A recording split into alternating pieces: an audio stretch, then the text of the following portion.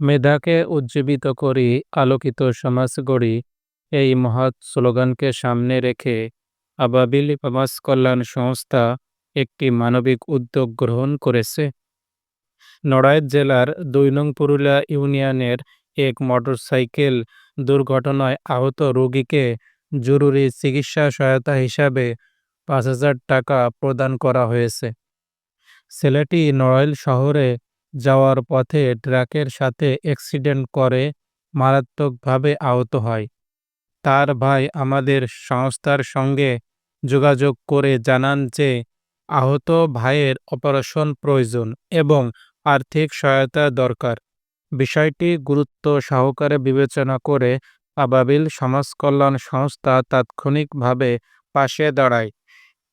উত্তোলিত অর্থ ৫,০০০ টাকা, ব্যয় ৫,০০০ টাকা। আল্লাহ আমাদের এই ক্ষুদ্র প্রয়াস কবুল করুন এবং আহত ভাইকে দ্রুত সুস্থতা দান করুন।